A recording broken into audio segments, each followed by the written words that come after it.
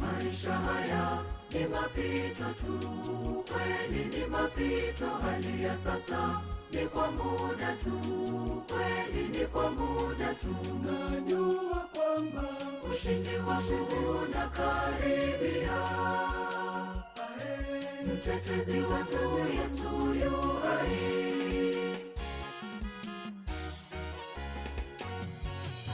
Sitabaki kama nilivyo mimi, siogopeshwi na mapito haya.